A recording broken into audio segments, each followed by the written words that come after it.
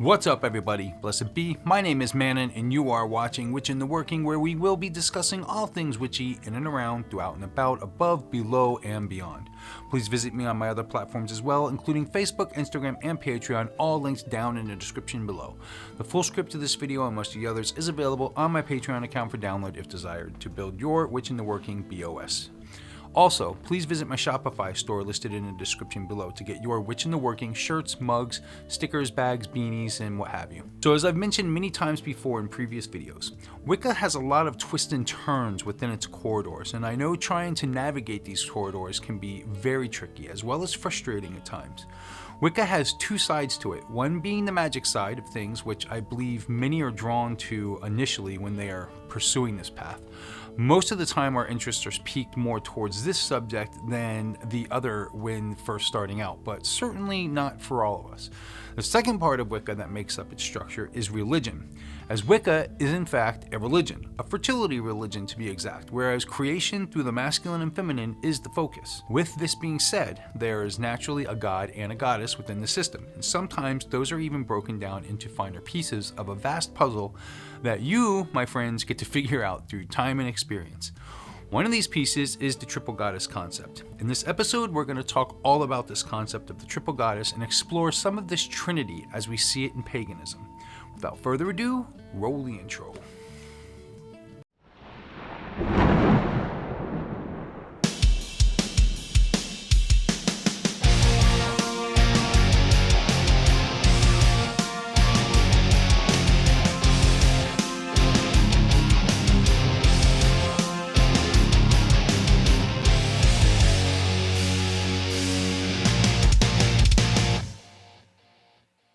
Welcome back everyone.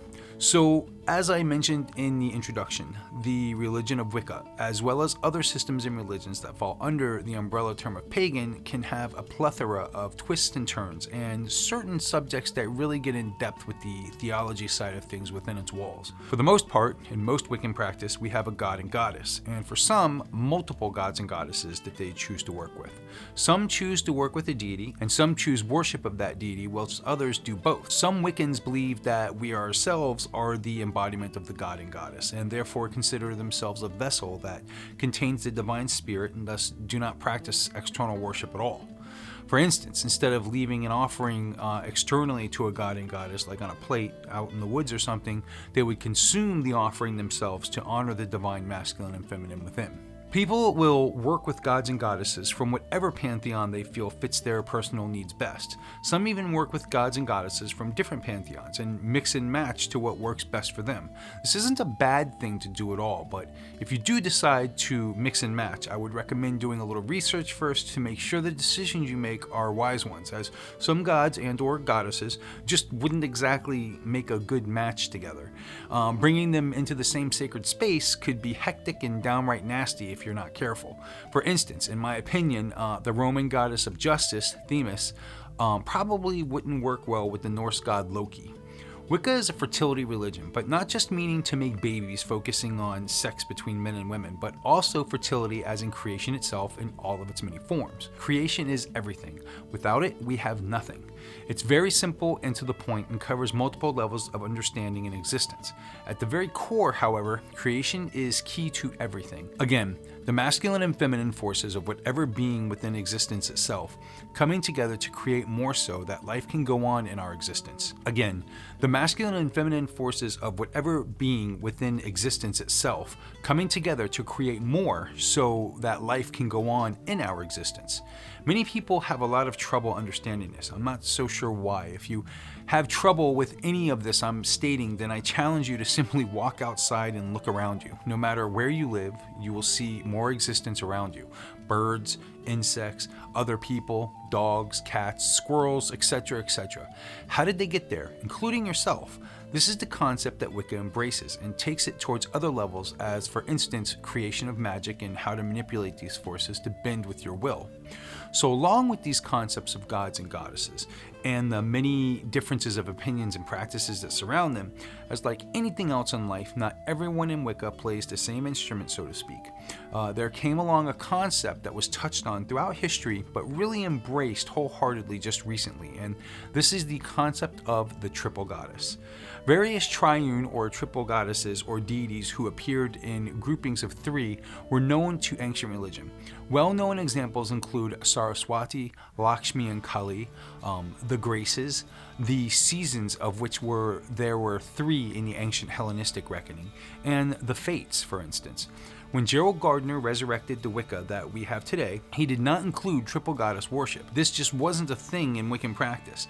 Many people nowadays are shocked to hear this because the triple goddess theory is quite strong in modern day Wiccan practice.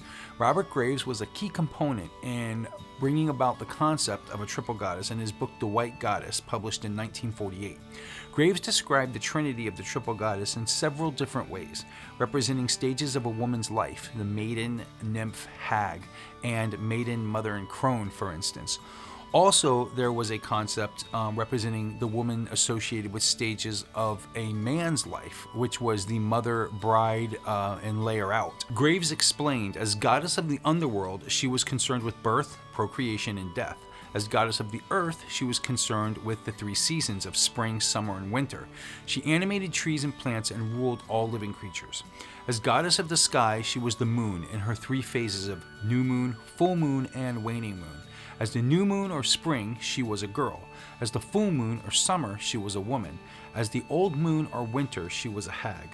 It wasn't really until the 1970s that the triple goddess theory really started to take off, though. Some believe it was due to Starhawk, a Wiccan author, who published a book called The Spiral Dance, a rebirth of the ancient religion and of the great goddess.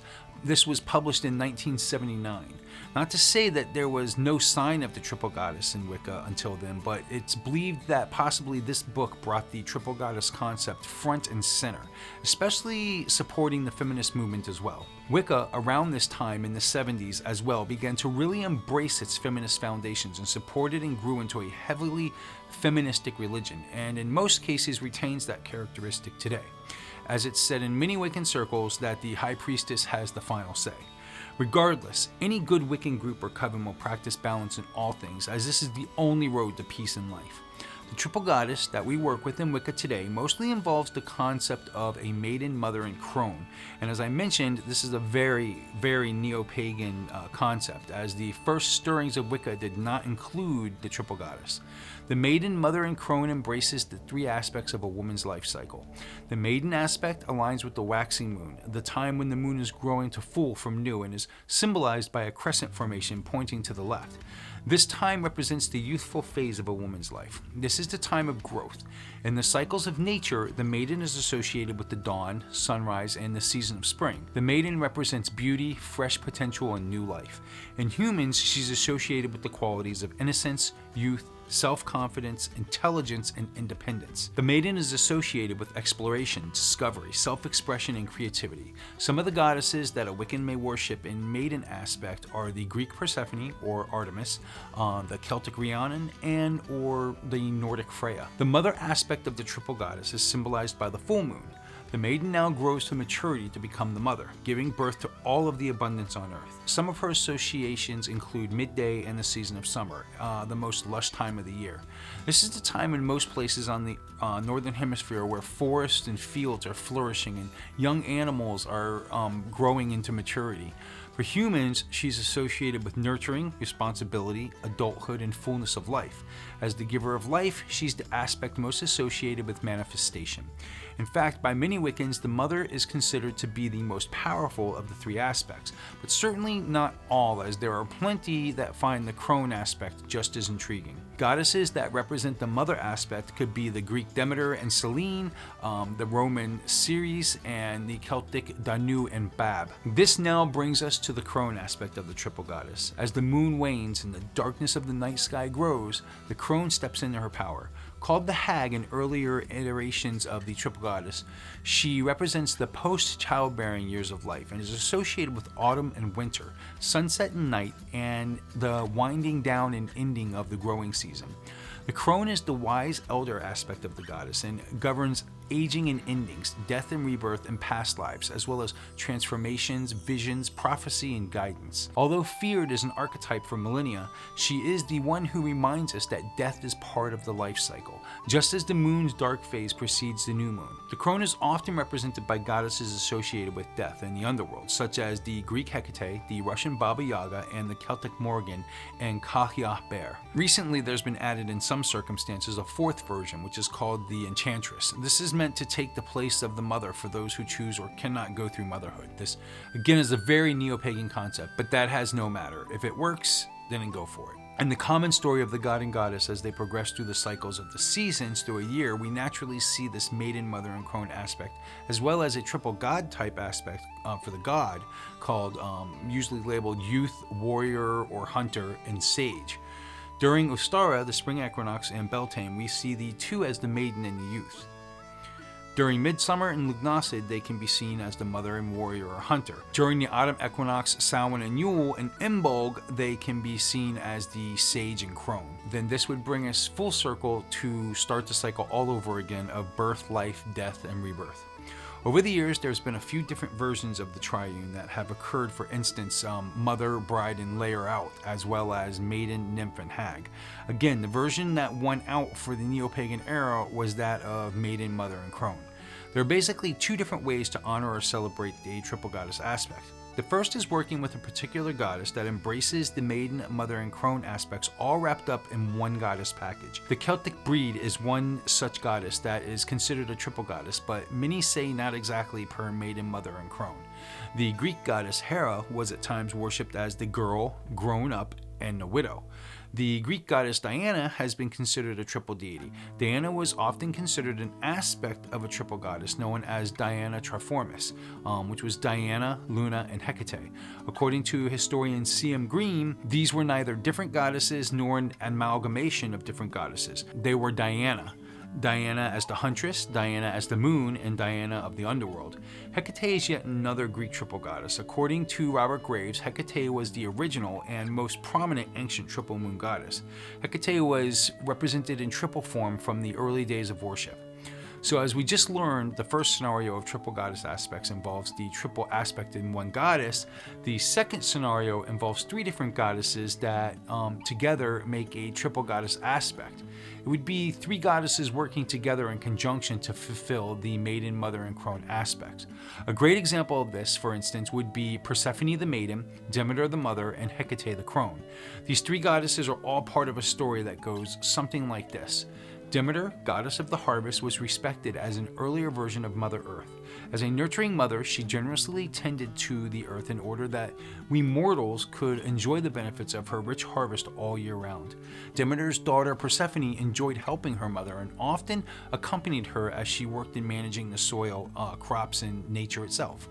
As Persephone matured, she grew into a beautiful young woman, catching the eye of would-be suitors all over. One day, while helping her mother, she wandered off into a meadow to pick some wildflowers. Distracted by the colors and beauty of the flowers, she didn't notice the ground abruptly opening up behind her. Hades, god of the underworld, had been watching for an opportunity to seize her for his bride. Out of a hole in the earth, he sprang from his chariot and snatched her, slinging her over his shoulder to drag her down into the underworld, land of the dead. After they disappeared, the hole covered up, leaving no trace for anyone to see where Hades had emerged from.